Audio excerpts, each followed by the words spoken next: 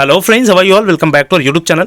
चलिए तो फिर आज के क्लास में हम पढ़ने वाले हैं एसएसटी या सामाजिक विज्ञान से रिलेटेड बहुत ही महत्वपूर्ण कुछ क्वेश्चंस। ये ऐसे सारे क्वेश्चंस जो आपके एग्जाम की व्यू से इंपॉर्टेंट होंगे। जितने भी सब्जेक्ट्स हैं ना सामाजिक विज्ञान में, सभी सब्जेक्ट्स को कवर करने की कोशिश करेंगे। ये एक तरह से मैराथन क्लास होने वाला है आप लोगों के लिए सामाजिक विज्ञान का। तो फ्रेंड्स सारे क्वेश्चंस को देख लीजिए और समझ लीजिए कि किस तरह से इन क्वेश्चन को आप सॉल्व कर सकेंगे। फ्रेंड अगर चैनल में न्यू है तो चैनल सब्सक्राइब करना ना भूलिए। चलिए वीडियो स्टार्ट करते हैं। देखिए सबसे पहले हम चलेंगे जियोग्राफी के क्वेश्चन में, भूगोल के क्वेश्चन में। भूगोल, इतिहास, अर्थशास्त्र और संविधान सभी के महत्वपूर्ण क्वेश्चन देखने वाले हैं। ठीक है, चलिए देखते हैं। सबसे पहला क्वेश्चन है, आकाशगंगा को किस रूप में वर्गीकृत किया गया है। तो देख लीजिए, आकाशगंगा को अनियमित, अंडाकार, सर्पिलाकार या इनमें से कोई नहीं। ठीक है, तो आकाशगंगा याद रखिएगा, आकाशगंगा जिसमें हमारी जो सौरमंडल पाई जाती है ना, तो जो आकाशगंगा है ना, उसकी आकार की अगर हम बात करते हैं तो उसकी आकार है सर्पिलाकार। याद रखिएगा, उसकी आकार कैसे है, सर्पिलाकार। ये क्वेश्चन आता है एग्जाम में, इसको देख लीजिएगा। अंडाकार नहीं है, अनियमित नहीं है, सर्पिलाकार है। ठीक, चलिए अगला क्वेश्चन देखेंगे अब। पृथ्वी का सबसे निकटतम तारा कौन सा है। पृथ्वी का सबसे निकटतम तारा है ना, तो पृथ्वी का निकटतम तारा सूर्य, शनि, सेंटोरस कौन सा हो सकता है। तो अगर आप देखेंगे ना तो सूर्य सबसे पास में दिखाई देता है, सूर्य एक तारा है ना, तो इस कारण से सबसे निकटतम कौन होगा, सूर्य होगा। चलिए क्वेश्चन नंबर 3 में चलते हैं। निम्न में से कौन सा खगोलीय पिंड सौर मंडल में शामिल नहीं है, सौर मंडल में शामिल है, सॉरी, है ना। तो आप देखेंगे तो सूर्य, क्षुद्र पिंड, उल्का पिंड, ये सभी ना सौर मंडल में शामिल होती है। क्षुद्र ग्रह, उल्का पिंड किसको बोलते हैं। देखो, क्षुद्र ग्रह मतलब होता है बौने ग्रह। बौने ग्रह किसको बोलेंगे, अगर आपको पता होगा तो जो प्लेटो है उसको अब क्षुद्र ग्रह बोला जाता है। पहले वो ग्रह में काउंट किया जाता था, अगर आपको पता हो, लेकिन कुछ विशेष परिस्थितियों के कारण, कुछ विशेष नियमों को वो फॉलो नहीं कर पाते थे। इसके कारण से इसको अब ग्रह में नहीं बल्कि क्षुद्र ग्रह में काउंट किया जाता है। क्यों क्षुद्र ग्रह में काउंट किया जाता है उसको ये भी सुन लो। वो देखिए, सभी जो ग्रह होते हैं ना, उनकी एक विशेष अपनी एक पथ होती है, अपने एक विशेष रास्ते होते हैं। ठीक है, और बहुत सारे मापदंड होते हैं एक ग्रह कहलाने के लिए। ठीक, तो ऐसे कुछ मापदंड थे जिसको ना वो पूरा नहीं करता था। सबसे पहली चीज़ तो वो अपने रास्ते में भ्रमण न करके दूसरों के रास्तों को काटते चला जाता था, एक चीज़ हो गया। दूसरा, इतना बड़ा एक ग्रह को होना चाहिए ग्रह कहलाने के लिए या प्लैनेट कहलाने के लिए, उतना वो सफिशियंट, उनका पर्याप्त साइज नहीं है। इस कारण से उनको ना बौने ग्रह या क्षुद्र ग्रह के कैटेगरी में अब रख दिया गया है। ठीक है, तो ये सभी हो जाते हैं सौरमंडल में शामिल। हम कोशिश करेंगे सारी चीज़ों को और भी एक्स्ट्रा फैक्ट्स को डिस्कस करते जाएं ऑप्शन के साथ। ठीक है, अगला क्वेश्चन अगर आप देख रहे होंगे, आकार के अनुसार सौरमंडल का सबसे छोटा तो वो बुध ग्रह है ना, और सबसे बड़ा ग्रह की अगर हम बात करें तो वो कौन है, बृहस्पति। पृथ्वी को सूर्य की एक परिक्रमा करने में कितना समय लगता है। तो ये तो आप लोगों को सबको पता है, 365 दिन, है ना। शनि ग्रह सूर्य की परिक्रमा कितने वर्षों में करता है। अब ये इंपॉर्टेंट है, शनि ग्रह जो है वो सूर्य की परिक्रमा कितने वर्षों में करता है। तो शनि ग्रह ना सूर्य की परिक्रमा की अगर हम बात करें तो वो 29.5 वर्ष में करता है ना। कितने वर्ष में, 29.5 वर्ष में। अब देखिए, एक क्वेश्चन बनता है कि सबसे कम समय में और सबसे ज़्यादा समय में सूर्य की परिक्रमा कौन करता होगा। तो ये कॉन्सेप्चुअल बेस आप इसको याद रखिए। ये सपोज सूर्य है ना, ये सपोज सूर्य है, तो इससे जो जितना पास होगा वो सबसे कम समय में इसको पूरा करेगा, और जो जितना दूर होगा वो उसको सबसे ज़्यादा समय में पूरा करेगा, है कि नहीं। तो सबसे दूर कौन सा है ग्रहों में सूर्य से, वरुण है ना। ठीक है, तो वरुण सबसे लंबे समय में उस सूर्य को परिक्रमा करता है। ठीक है, आई होप कि आपको समझ में आया होगा। ये सूर्य है मान के चलो, और ये अलग अलग प्लैनेट है। तो जो पास में होंगे उनको तो जल्दी वो क्या कर लेंगे, उसकी परिक्रमा कर लेंगे, लेकिन जो दूर है उसको ज़्यादा टाइम लगेगा, और जो सबसे दूर है उसको सबसे ज़्यादा टाइम लगेगा। तो वरुण सबसे दूर है। वरुण को ना लगभग 164 वर्ष लगभग लगते हैं सूर्य की एक परिक्रमा पूरा करने में। ठीक है, 164 वर्ष, इसको ना एक वरुण वर्ष बोला जाता है, याद रखिएगा। ठीक है, पृथ्वी को तो 365 दिन लगते हैं, है ना, और शनि को 29.5 वर्ष, लेकिन वरुण को 164 वर्ष। ठीक, सबसे ज़्यादा समय। चलिए आगे हम चलेंगे। सूर्य के प्रकाश को पृथ्वी तक पहुंचने में कितना समय लगता है। तो ये इंपॉर्टेंट क्वेश्चन है। सूर्य के प्रकाश को ना पृथ्वी तक पहुंचने में, ये हमारी पृथ्वी है मान के चलो, यहाँ तक पहुंचने में ना 1.18 या 1.16 मिनट्स लगते हैं। ठीक है, यहाँ तक पहुँचने में कितना, 1.16 मिनट। बहुत ही स्पीड से गति करती है प्रकाश, आप लोगों को पता होगा। ठीक है, चलिए आगे हम चलेंगे। निम्न में से किस तिथि को पृथ्वी सूर्य के अत्यधिक निकट होती है। तो ये भी एक इंपॉर्टेंट क्वेश्चन है। देखिए, थोड़ा सा इनसे रिलेटेड और एक्स्ट्रा फैक्ट हम देखेंगे। ठीक, देखिए, सबसे निकटतम पूछा है, तो सबसे निकटतम की अगर हम बात करें ना तो वो होती है 3 जनवरी को। लेकिन सबसे दूर, है ना, क्या पूछा गया है, पृथ्वी जो है सूर्य से सबसे पास कब होता है और सबसे दूर कब होता है ना। तो सबसे पास की अगर हम बात करें, मान के चलो ये सूर्य है ना, और ये पृथ्वी है, तो ये सबसे पास, और ये घूमते घूमते क्या करता है, कभी कभी ऐसे दूर चला जाता है और कभी कभी ऐसे पास आ जाती है, ठीक है, कभी ऐसे पास कभी दूर। तो यहाँ पर आप देख रहे होंगे तो ये पास है, तो पास कब होते हैं सबसे पास ना, 3 जनवरी को। सबसे पास कब होते हैं, 3 जनवरी को। पृथ्वी सूर्य के सबसे पास होते हैं 3 जनवरी को। सबसे दूर की अगर बात करें तो ये देखो, ये जैसे ये एक दूरी बन गया, ये बहुत दूर हो गया ना, तो ये कब होता है, याद रखिएगा 4 जुलाई को। सबसे दूर कब होते हैं, 4 जुलाई को। अब ना जो सबसे पास वाली स्थिति होती है ना, उसको बोला जाता है उपसौर। इसको नाम भी दिया गया ना, एग्जाम में पूछा जाता है, ठीक है। इसको बोलते हैं सबसे पास वाली स्थिति को उपसौर, और सबसे दूर वाली स्थिति को बोला जाता है अपसौर। ये याद रखेंगे आप, उपसौर और अपसौर, ठीक है। सबसे दूरी 4 जुलाई को होती है सूर्य और पृथ्वी की, उसको अपसौर बोलते हैं। सबसे नज़दीक 3 जनवरी को होता है सूर्य और पृथ्वी की दूरी, उसको उपसौर बोलते हैं। आई होप कि आपको याद रहेगा, ठीक है। चलिए आगे हम चलेंगे नेक्स्ट क्वेश्चन में। निम्न में से किस दिन पृथ्वी पर दिन और रात बराबर होते हैं, ठीक है। अब हम देखते हैं दिन और रात बराबर वाली बात। तो देखिए इनमें भी कुछ महत्वपूर्ण फैक्ट्स है, उसको हम देखते चलेंगे, ठीक है। जहाँ तक बात आती है दिन और रात बराबर की ना, तो एक तो होता है 21 मार्च को दिन और रात बराबर, और एक होता है 23 सितंबर को दिन और रात बराबर, है ना। 21 मार्च और 23 सितंबर 2 दिन दिन और रात बराबर होते हैं। 21 मार्च को उत्तरी गोलार्ध में, ठीक है, जैसे कि ये पृथ्वी है मान के चलो, तो पृथ्वी के 2 गोलार्ध होते हैं, एक ऊपर और एक नीचे। ये उत्तरी गोलार्ध हो गया, ये दक्षिणी गोलार्ध हो गया, है ना। तो उत्तरी गोलार्ध में ना 21 मार्च को दिन और रात बराबर होंगे, दक्षिणी गोलार्ध में 23 सितंबर को दिन और रात बराबर होते हैं, ठीक है। और अगर हम देखिए 21 दिसंबर की बात, तो सबसे छोटा दिन होता है 21 दिसंबर को। 21 दिसंबर को सबसे छोटा दिन होता है। और 21 जून जो यहाँ पे यार दिख रहा है आपको, 21 जून इस दिन होता है सबसे बड़ा दिन, ठीक है। उत्तरी गोलार्ध में सबसे बड़ा दिन होता है 21 जून को। 21 दिसंबर सबसे छोटा दिन, 21 जून सबसे बड़ा दिन, 21 मार्च सब दिन और रात बराबर, और 23 सितंबर दिन और रात बराबर, ठीक है। इस तरह से अलग अलग फैक्ट्स हैं इन डेट्स से रिलेटेड, आप याद रखिएगा, कोई भी फैक्ट्स आपको पूछे जा सकेंगे, ठीक है। चलिए आगे हम चलेंगे। वसंत विषुवत की स्थिति कब होती है, वसंत विषुवत की स्थिति कब होती है। तो वसंत विषुवत की स्थिति होती है 21 मार्च को ही, ठीक है, जिस दिन दिन रात बराबर होते हैं उस दिन। देखिए सामाजिक विज्ञान में सबसे इंपॉर्टेंट चैप्टर होती है, सबसे इंपॉर्टेंट पोर्शन होता है जियोग्राफी का, भूगोल सबसे महत्वपूर्ण होते हैं। तो भूगोल के क्वेश्चन को बहुत ही अच्छे से आपको देख लेनी चाहिए और समझ लेनी चाहिए, ठीक है। देखिए अगला क्वेश्चन है, समुद्री जल का एक निश्चित अंतराल पर ऊपर उठना और नीचे गिरना क्या कहलाता है। समुद्री जल जो होती है, लहरें ऐसे उठता है, लहरें आगे बढ़ती है और फिर पीछे हट जाती है, इसको बोलते हैं ज्वार और भाटा, ठीक है। लहरों के ऊपर उठकर ऊंची बनना ज्वार कहलाता है, और फिर से पीछे हटना भाटा कहलाता है। ये किसके कारण होते हैं, याद रखिएगा, ये होते हैं सूर्य और चंद्रमा के गुरुत्वाकर्षण बल के कारण। ये भी क्वेश्चन पूछा जाता है, ज्वार और भाटा के क्या कारण है, तो ये आप याद रखिएगा, ज्वार और भाटा सूर्य और चंद्रमा के गुरुत्वाकर्षण बल के कारण होते हैं। गुरुत्वाकर्षण बल मतलब क्या, इसको ऊपर खींचते हैं, मतलब वो आकर्षित करती, मान के चलो ये क्या है, सूर्य और या चंद्रमा है ना, तो ये क्या करता है, अपने गुरुत्वाकर्षण बल के कारण ना पानी को ये ऊपर खींचता है, ठीक है। तो आगे बढ़ते हैं, फिर से पीछे आ जाते हैं, तो ये तो उसी के कारण क्या ज्वार और भाटा उठते हैं, याद रखिएगा, ठीक। अगला क्वेश्चन देखो, पृथ्वी की आंतरिक संरचना की भूपर्पटी में कौन सा तत्व पाया जाता है। पृथ्वी की आंतरिक संरचना के भूपर्पटी में, देखिए पृथ्वी का जो संरचना है, मान के चलो ये पृथ्वी है ना, इसके 3 अलग अलग क्या संरचना पाई जाती है। एक तो भूपर्पटी हो गया, उसके बाद प्रवार होते हैं, और उसके बाद क्रोर होते हैं, है ना। भूपर्पटी, प्रवार, क्रोर, सबसे नीचे क्रोर या क्रोर, ठीक है। वहाँ पाया जाता है सिलिका, ठीक है। तत्वों की भी अगर बात हो रही है, ठीक है, तो धातु या तत्व की बात हो रही है तो सिलिका पाया जाता है। वैसे तो एक और ऑप्शन में आता है जिसमें अगर ऑक्सीजन पूछते, उसको ऑप्शन में नहीं दिया गया है। सिलिका है, मैग्नीशियम है, लोहा है, निकिल है, तो इन सभी चारों में ना सिलिका ज़्यादा मात्रा में पाया जाता है, ठीक है। चलिए आगे हम चलेंगे। पृथ्वी के केंद्र में कौन सा तत्व, अब केंद्र की बात हो गई, है ना। केंद्र जैसे मैंने बताया ना, लास्ट सबसे अंदर वाला, तो केंद्र में ना निकिल, केंद्र में क्या देखने को मिलेगा, निकिल देखने को मिलता है सर्वाधिक मात्रा में। जैसे पृथ्वी के आंतरिक संरचना के भाग है, आंतरिक संरचना के भाग कौन सा है भाई, सभी है ना।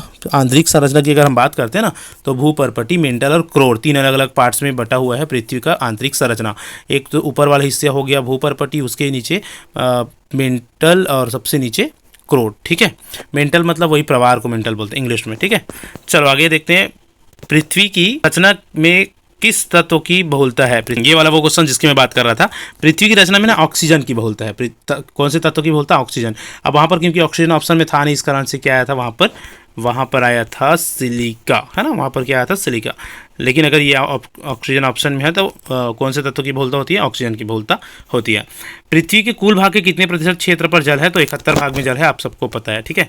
अगला क्वेश्चन देखो, एंडीज पर्वतमाला कहाँ स्थित है? एंडीज पर्वतमाला कहाँ स्थित है? वो स्थित है, याद रखिएगा, दक्षिण अमेरिका में। कहाँ स्थित है?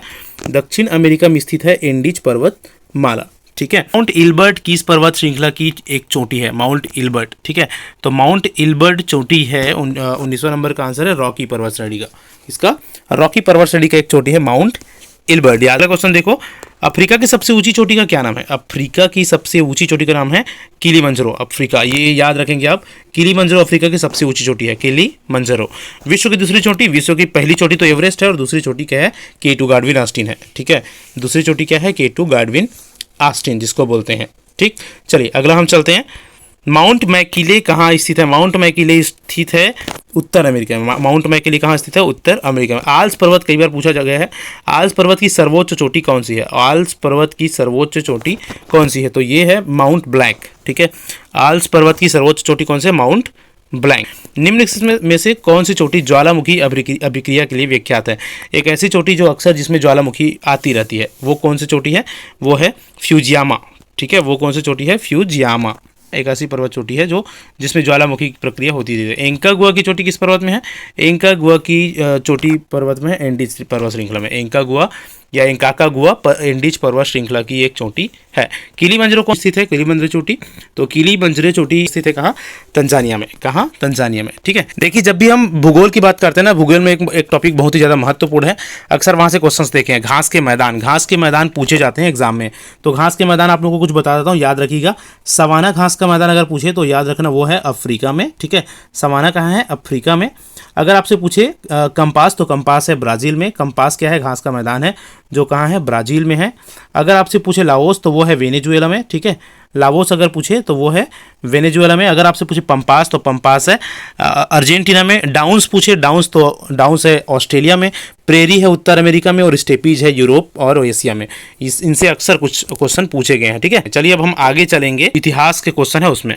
इतिहास की भी अपनी अलग अलग शाखाएं होती हैं। सबसे पहले हम देखेंगे प्राचीन इतिहास को, फिर मध्य इतिहास को, फिर आधुनिक इतिहास के क्वेश्चन को। ठीक है, देखिए पहला क्वेश्चन है प्राचीन इतिहास का, सिंधु सभ्यता संबंधित है। सिंधु सभ्यता संबंधित है। तो सिंधु सभ्यता तीन अलग अलग यहाँ पर एज दिया गया, प्रागैतिहासिक युग, आद्य ऐतिहासिक युग, ऐतिहासिक युग या उत्तर ऐतिहासिक युग। क्वेश्चन इंपॉर्टेंट है, अगर ये क्वेश्चन आ जाए तो आद्य ऐतिहासिक युग से संबंधित है सिंधु सभ्यता। कहाँ से? आद्य ऐतिहासिक युग से संबंधित है। कौन सी सभ्यता? सिंधु घाटी सभ्यता के समकालीन थे। ठीक है, तो मेसोपोटामिया जो सभ्यता था ना, ये याद रखना इंपॉर्टेंट है। सिंधु घाटी सभ्यता के समकालीन किसको माना जाता है? मेसोपोटामिया सभ्यता को माना जाता है। हड़प्पा नगर की खोज किसने किया था? हड़प्पा नगर की खोज किया था दयाराम ध्रुवे रविंद्र की मजुमदार। तो दयाराम साहनी ने हड़प्पा सभ्यता का खोज किया था। निम्न से किसकी खेती हड़प्पा वासी करते थे? तो हड़प्पा वासी ना, याद रखिएगा, हड़प्पा वासी करते थे गेहूं, जौ और कपास तीनों की खेती। ठीक है, सर्वप्रथम अगर फसल की बात करें तो सर्वप्रथम फसल है गेहूं का। ठीक है, और तीनों की वजह से उन लोग खेती करते थे। हड़प्पा कालीन स्थल लोथल किस नदी के किनारे है? तो लोथल की अगर हम बात करते हैं ना, तो लोथल भोगवा नदी के किनारे है। याद रखेंगे, लोथल जो है वो कहाँ किस नदी के किनारे है? भोगवा नदी के किनारे है ना, एक तरह का बंदरगाह है लोथल। ठीक है, तो वो है भोगवा नदी के किनारे। चलिए आगे हम चलते हैं। निम्न में से किस स्थान के उत्खनन में तांबे की मुहर प्राप्त हुई थी? तांबे की मुहर प्राप्त हुई थी हड़प्पा में, है ना।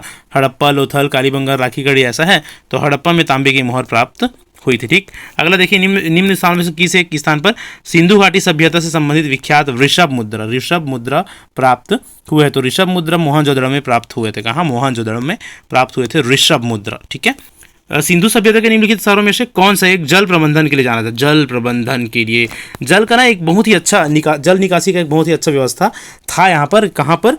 धौलीवीरा में। जल प्रबंधन की जब बात हो तो धौलीवीरा को मत भूलिएगा। ठीक है, इनमें से कौन सिंधु घाटी सभ्यता के प्रमुख धरोहर है? तो सिंधु घाटी सभ्यता के प्रमुख धरोहर की अगर हम बात करें तो कुबड़ वाला सांड वहाँ पर मिला था, पशुपति शिव के मूर्ति भी मिले हैं, विशाल स्नानागार भी मिले हैं। तो ये सभी इसका सही आंसर हो जाएगा। कहाँ मिला है? सिंधु घाटी सभ्यता में। आरंभिक वैदिक काल में वर्ण व्यवस्था आधारित थी। ठीक है, आरंभिक वैदिक काल में वर्ण व्यवस्था किस पर आधारित थी? शिक्षा पर, कि जन्म पर, कि व्यवसाय पर, कि प्रतिभा पर? वर्ण व्यवस्था की अगर बात किया गया जाए आरंभिक वैदिक काल में ना, तो वो ना व्यवसाय के ऊपर आधारित था। किसके ऊपर आधारित था? ये इंपॉर्टेंट क्वेश्चन है, याद रखना। व्यवसाय के ऊपर, किसका व्यवसाय कैसा है उसके आधार पर वर्ण व्यवस्था बनाया गया था। ठीक, निम्न में से किस नदी को ऋग्वेद में मातेतमा, देवीतमा एवं नदीतमा से संबोधित किया गया है। किसमें? ऋग्वेद में मातेत्म, देवीत्म और नदीत्म कौन से नदी को बोला है? तो ना सरस्वती नदी को ना इन सभी नाम से संबोधित किया गया है भाई, याद रखना, ठीक है। ऋग्वेद में सरस्वती नदी का वर्णन है, ये भी पूछ देते हैं कौन सा नदी का वर्णन है करके, ठीक है। जहाँ पर सरस्वती नदी को मातेत्म, देवीत्म और नदीत्म बोला गया है, ठीक। निम्न में से कौन सा वेद कर्मकांड के लिए प्रसिद्ध है? तो देखिए अलग अलग वेद की अलग अलग अपनी विशेषताएं हैं। कर्मकांड की अगर हम बात करते हैं ना, कर्मकांड की, तो कर्मकांड के लिए यजुर्वेद प्रसिद्ध है। सामवेद ना गीत वगैरह के लिए फेमस है, याद रखिएगा, उसमें गाने योग्य पद्य या गीत है, ठीक है। ऋग्वेद तो मंत्र वगैरह के लिए हो गया, जादू टोना वगैरह के लिए अथर्ववेद फेमस है, ठीक। चलिए अगला हम चलते हैं नेक्स्ट हमारे क्वेश्चन में। किस वेद को भारतीय संगीत, वही संगीत वाला भी मैंने बात बोला, संगीत की अगर हम बात करते हैं तो बी इसका सही आंसर होता है सामवेद, ठीक है। किस वेद में सभा और समिति को प्रजापति की 2 पुत्रियां कहा गया है? सभा और समिति को प्रजापति की 2 पुत्रियां, तो ना अथर्ववेद में कहा गया है सभा और समिति को प्रजापति के 2 पुत्र। किसमें? अथर्ववेद में। वेद से क्वेश्चन पूछे जाते हैं ना।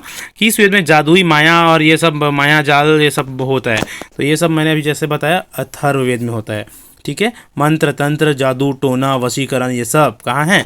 अथर्ववेद में, ऑप्शन नंबर सी में, ठीक। तो क्वेश्चन है सत्यमेव जयते किस उपनिषद से लिया गया है? तो सत्यमेव जयते ना ये लिया गया है, याद रखना, मुंडको उपनिषद से। ये क्वेश्चन कई बार पूछा गया है, सत्यमेव जयते है ना, कहाँ जो हमारी सुक्ति वाक्य है वो मुंडको उपनिषद से लिया गया है। बौद्ध तथा जैन धर्म में 6ठी ईस्वी पूर्व की कितनी महाजनपद? महाजनपद कुल कितने थे? 16 महाजनपद में विभाजित थे, 16 महाजनपद, याद रखना, ठीक। अंग महाजनपद की राजधानी कहाँ थी? तो महाजनपद की राजधानी चंपा था, है ना, सॉरी चंपा था, ठीक है। अगला क्वेश्चन है और लास्ट क्वेश्चन इसमें, जैन धर्म के प्रथम तीर्थकार एवं प्रवर्तक कौन थे? तो जैन धर्म के प्रथम तीर्थकार ना ऋषभ देव थे। कौन थे? ऋषभ देव। और कुल 24 तीर्थकार हुए थे जैन धर्म में। कुल कितने तीर्थकार हुए थे जैन धर्म में? 24 तीर्थकार। प्रथम तीर्थकार की अगर हम बात करें तो ऋषभ देव थे। चलिए अगला हम चलेंगे अब मध्य इतिहास में, ठीक है। मध्य इतिहास के सारे क्वेश्चन ना बहुत ही अच्छे और इंटरेस्टिंग होते हैं। देखिए कौन कौन से क्वेश्चन है। पहला क्वेश्चन है अरबों ने भारत पर आक्रमण कब किया था? अरबों ने भारत पर आक्रमण कब किया था? तो अरब में मोहम्मद बिन कासिम का नाम आपने सुना होगा, ठीक है। उसने सबसे पहले 722 ईस्वी में भारत पर आक्रमण किया था। कब? 722 ईस्वी में। अगला क्वेश्चन देखिए, निम्नलिखित में से कौन महमूद गजनवी के दरबार में रहता था? तो महमूद गजनवी के दरबार में ये सब रहते थे, ठीक है। अलबरूनी रहते थे, फिरदौसी और उल्बी फरूखी सब। भारत में तुर्क साम्राज्य राज्य का संस्थापक कौन था? तुर्क साम्राज्य राज्य का संस्थापक था मोहम्मद गौरी, ठीक है। कौन थे? मोहम्मद गौरी थे तुर्क साम्राज्य राज्य के संस्थापक। भारत में मोहम्मद गौरी ने ही इस राज्य का या इस साम्राज्य का स्थापना किया था। लाख बख्श की उपाधि किसे दी गई थी? लाख बख्श की उपाधि दी गई थी कुतुबुद्दीन ऐबक को, ठीक है। कुतुबुद्दीन ऐबक जो थे ना, उनको लाख बख्श का उपाधि दिया गया था, ठीक है। अगला हम चलेंगे, सितार और तबले के आविष्कार का श्रेय किया जाता है। तो ये भी क्वेश्चन कई बार पूछा हुआ है। अमीर खुसरो को ना सितार और तबले के आविष्कारक का श्रेय दिया जाता है, ठीक है। नेक्स्ट है बरीद तथा मुन्हियन संबंधित थे। बरीद तथा मुन्हियन किससे संबंधित थे? वो दोनों संबंधित थे गुप्तचर विभाग से। कहाँ से? गुप्तचर विभाग से संबंधित है, ठीक है। तुगलक वंश का संस्थापक था। तुगलक वंश का संस्थापक कौन थे? गयासुद्दीन तुगलक थे, है ना। गयासुद्दीन तुगलक को तुगलक वंश के संस्थापक के रूप में जाना जाता है, आप याद रखें, गयासुद्दीन तुगलक। आगे हम चलते हैं क्वेश्चन नंबर 79 में, मोहम्मद बिन तुगलक द्वारा उठाए गए कदम जो असफल रहे। देखिए मोहम्मद बिन तुगलक जो था एक बहुत ही अजीब किस्म का एक राजा था, उनको उनके अजीब हरकतों के कारण जाना जाता है मोहम्मद बिन तुगलक को, ठीक है। उसने कई सारे ऐसे अलग अलग अजीब काम किए जिनके कारण से वो फेमस हो गया। उसने क्या किया? अपना राजधानी परिवर्तन किया, दिल्ली जो कि उनका फेमस जगह था, ठीक है, उसको परिवर्तित करके दिल्ली से दूसरा अपना राजधानी बना लिया। सांकेतिक मुद्रा का भी उसने एक कदम उठाया, कुसारान अभियान भी उसने चलाया। तो इस कारण से 79 का अगर हम देखें तो ये सभी होगा। मोहम्मद बिन तुगलक ने इस तरह के अलग अलग अजीब कदम उठाए थे अपने शासनकाल में। दीवाने कोही किस विभाग का दूसरा नाम था? दीवाने कोही अगर हम बात करें तो ना कृषि विभाग से संबंधित है, याद रखिएगा। दीवाने कोही कृषि विभाग का दूसरा नाम था। किस विभाग का? कृषि विभाग का क्या? दीवाने कोही, ठीक है। अगला क्वेश्चन, इब्न बतूता को किसने चीन के दरबार में राजदूत बनाकर भेजा था? इब्न बतूता आप उनके बारे में पढ़े होंगे, ठीक है। मोहम्मद बिन तुगलक ने ही उनको चीन के दरबार में राजदूत बना के भेजा था। मोहम्मद बिन तुगलक ने उनको चीन में अपना राजदूत बना के भेजा था। किसको? इब्न बतूता को, ठीक। अगला क्वेश्चन देखिए, रेहला नामक पुस्तक लिखी गई है। तो ना रेहला नामक पुस्तक किसने लिखा है? इब्न बतूता ने ही लिखा है। रेहला बहुत फेमस पुस्तक इब्न बतूता के द्वारा लिखा गया। किस सुल्तान के काल में दिल्ली सल्तनत का सर्वाधिक विस्तार हुआ था। तो दिल्ली सल्तनत की अगर हम विस्तार की बात करें, तुगलक के काल में ही इनका विस्तार हुआ था, दिल्ली सल्तनत का सर्वाधिक। ठीक है, विस्तार की अगर हम बात करें, जजिया कर सबसे पहले किसने लगाया, कई बार पूछा हुआ क्वेश्चन है। तो जजिया कर की अगर हम बात करते हैं ना, तो इसमें आएगा फिरोज तुगलक। फिरोज तुगलक ने जजिया कर लगाया था किसके ऊपर, ब्राह्मणों के ऊपर। ब्राह्मणों के ऊपर उसने एक कर लगा दिया था जिसको जजिया कर के नाम से जाना जाता है। किसने, फिरोज तुगलक ने। फिरोज शाह तुगलक द्वारा स्थापित दीवाने खैरात किससे संबंधित था, तो दीवाने खैरात संबंधित था गरीबों की सहायता से, गरीबों की सहायता से दीवाने खैरात। ठीक है, तो ये हो तो क्वेश्चन है मध्य भारत का। अब हम चले आधुनिक भारत में। ब्रिटिश साम्राज्य की स्थापना जब से भारत में हुई थी ना, ब्रिटिश साम्राज्य की स्थापना, उस काल को आधुनिक भारत या आधुनिक काल के रूप में जाना जाते हैं ना, आधुनिक इतिहास के काल में। पहला है, किस मुगल सम्राट काल में इंग्लिश ईस्ट इंडिया कंपनी ने भारत में सर्वप्रथम कारखाना स्थापित किया था। मतलब जब ईस्ट इंडिया कंपनी भारत आए ना, तो वहाँ भारत में कौन से राजा का शासन काल था। ठीक है, तो याद रखना, बहुत ही इंपॉर्टेंट क्वेश्चन है। जहांगीर थे उस समय में, जहांगीर ही ने एक मुगल सम्राट थे ये, इसी ने जो ब्रिटिश कंपनी थे उसको भारत में व्यापार करने की अनुमति दी थी। किसने, जहांगीर ने। ठीक है, बाबर के बेटा हुमायूं और हुमायूं का जहांगीर। ठीक है, अगला हम चलते हैं, भारत तक समुद्री मार्ग की खोज किसने किया था, तो आप लोगों को पता है। ठीक है, समुद्री मार्ग की अगर हम खोज की बात करते हैं तो वो पुर्तगालियों ने किया था। वास्को डी गामा आया था ना 1498 में, आप लोगों को याद होगा। ठीक है, कब कौन आए थे, वास्को डी गामा आया था 1498 में केरल के कलिकट नाम के स्थान में, है ना। चलिए आगे हम चलते हैं। पुर्तगाली उपनिवेश का प्रथम वायसराय भारत में कौन हुआ, पुर्तगाली जब आया 1498 में, है ना, तो पुर्तगाली उपनिवेश का ना प्रथम वायसराय यहाँ कौन हुआ था, तो अल्मीडा हुए थे प्रथम वायसराय पुर्तगाली उपनिवेश का। कौन, अल्मीडा हुए थे प्रथम वायसराय। ठीक है, उसके बाद देखिए, British Indian east India company की स्थापना कब हुई, ब्रिटिश ईस्ट इंडिया कंपनी की स्थापना हुई थी 1600 में। डेट याद रखना, ब्रिटिश ईस्ट इंडिया कंपनी की स्थापना हुई थी 1600 ईस्वी में। भारत में ईस्ट इंडिया कंपनी का पहला गवर्नर जनरल कौन बना, तो ईस्ट इंडिया कंपनी का पहला गवर्नर जनरल ना वारेन हेस्टिंग बने थे। कौन बने थे, वारेन हेस्टिंग। क्वेश्चन को समझना जरूरी है। ईस्ट इंडिया कंपनी का पहला गवर्नर जनरल बोला है, वो कौन है, वारेन हेस्टिंग बने थे भारत में। ठीक है, अगला क्वेश्चन देखिए, फ्रांसीसियों का प्राचीनतम कारखाना कहाँ स्थापित हुआ था, फ्रांसीसियों का प्राचीनतम कारखाना ना पांडिचेरी में स्थापित होता। फ्रांसीसी जो लोग आए थे उनका प्राचीनतम कारखाना था, वो कहाँ था, पांडिचेरी में था। देखेंगे हम, तृतीय आंग्ल मैसूर युद्ध के समय ब्रिटिश गवर्नर जनरल कौन था, तृतीय आंग्ल मैसूर युद्ध के समय गवर्नर जनरल वारेन कॉर्नवालिस थे। कौन थे, वारेन कॉर्नवालिस थे। आंग्ल मैसूर युद्ध के समय British governor general Warren Cornwallis. ठीक है, ये याद रखेंगे। आंग्ल मैसूर, तृतीय आंग्ल मैसूर बोले तो वारेन कॉर्नवालिस नाम याद रखना। ठीक, निम्नलिखित में से किसने 1857 ईस्वी में अंग्रेजों से संघर्ष किया, 1857 में जब अंग्रेजों से संघर्ष की बात आती है ना, तो देखो 4 ऑप्शन है। अब यहाँ पर तो एक और आता है, प्रथम स्वतंत्रता आंदोलन 1857, है ना, मंगल पांडे वाला समय आ गया। लेकिन ये वो वाला ऑप्शन नहीं है, इसमें जो ऑप्शन है 4 है, चंद्रशेखर, राम प्रसाद बिस्मिल, शहादत खान और माखनलाल चतुर्वेदी। तो अभी इनमें ऑप्शन में है ना, तो इस चारों ऑप्शन में शहादत खान एक ऐसे आदमी थे जिन्होंने उस समय में अंग्रेजों से संघर्ष किया था अपने स्थान पर, शहादत खान ने। ठीक है, ऑप्शन नंबर सी इसका सही आंसर हो जाएगा। 1857 के स्वतंत्रता संग्राम में किस राजवंश ने अंग्रेजों की सर्वाधिक सहायता की थी, 1857 का जो स्वतंत्रता संग्राम हुआ था ना, मंगल पांडे वाला चर्बी वाला कारतूस जिसके वजह बना था, आप लोगों को पता होगा। ठीक है, उसमें कौन से राजवंश ने अंग्रेजों को सबसे ज़्यादा सहायता किया, यहाँ के राजवंश ही तो थे जो अंग्रेजों की सहायता करते थे, और जिसके कारण से हमारे देश में स्वतंत्रता संग्राम अच्छे से नहीं पूरा हो पाया और हमारा देश उसी समय आज़ाद हो जाता। 1857 में ही हमारे देश को आज़ादी मिल जाती। प्रथम स्वतंत्रता संग्राम के नाम से जाना जाता है इसको, लेकिन इतना लेट इसलिए हुआ क्योंकि जो यहाँ के हमारे देश के जो राजा लोग थे ना, उन लोग संगठित नहीं थे। जो क्रांतिकारी लोग थे ना, उन लोग भी संगठित नहीं थे। अपने अपने जगह में सब लड़ाई लड़ रहे थे, उन लोग संगठित नहीं हो पाए। यही सबसे बड़ा कारण बना 1857 की क्रांति की विफलता का। याद रखिएगा आप, ये भी क्वेश्चन में पूछा जाता है। तो हमारे 129 नंबर का क्वेश्चन अगर हम देखें कि 1857 के स्वतंत्रता संग्राम में किस राजवंश ने सबसे अधिक सहायता की, तो ग्वालियर के जो सिंधिया राजवंश थे, ग्वालियर के जो सिंधिया राजवंश थे ना, उसने सबसे ज़्यादा सहयोग प्रदान किया अंग्रेजों को। ठीक है, अंग्रेजी शासन को। चलिए आगे चलते हैं हम। 1857 के विद्रोह में कानपुर में सैनिकों का नेतृत्व पूछा जाता है कहाँ कौन सा था। दिल्ली में अगर देखें तो दिल्ली में बहादुर शाह जफर हो गए, कानपुर में अगर देखें तो कानपुर में नाना साहब थे, बिहार में कुंवर सिंह थे, है ना। इनसे क्वेश्चंस पूछे जाते हैं। ठीक, चलिए अगला हम चलते हैं। 1857 के विद्रोह के बाद मुगल सम्राट बहादुर शाह द्वितीय को किस स्थान पर देखो 1857 की क्रांति के बाद ना ये बहादुर शाह जो थे द्वितीय, उसको भागना पड़ा था अपने गद्दी छोड़कर। ठीक है, और ये गद्दी छोड़कर भागा और इसी के साथ ही जो राजा महाराजा वाली जो शासन प्रणाली चल रही थी, है ना, अंतिम मुगल सम्राट की अंतिम शासक है यही बहादुर शाह द्वितीय, वो खत्म हुआ और अंग्रेजों का शासन चालू हुआ। ठीक है, मुगल साम्राज्य की समाप्ति 1857 की क्रांति के बाद बहादुर शाह कहाँ भाग के चले गए थे? रंगून चले गए थे। कहाँ चले गए थे? दिसंबर 1946 को पहला बैठक इसका हुआ संविधान सभा का। ठीक है, उसके बाद क्या होता है? संविधान सभा के अस्थायी अध्यक्ष। अब बैठक हुआ ना, तो बैठक हुआ पहली बार जब बैठक हुआ 9 दिसंबर 1946 को, तो किसी एक को अध्यक्ष बनाना था। तो अध्यक्ष तो अभी कोई बने नहीं थे ना, पहली बार मीटिंग हो रही है, कहाँ से अध्यक्ष बनेंगे? अब आज अध्यक्ष बनाएंगे तो पहली आज की मीटिंग संचालित करने के लिए तो एक अध्यक्ष चाहिए, फिर सबकी सम्मति से दूसरी मीटिंग के लिए दूसरा और अध्यक्ष बना लेंगे।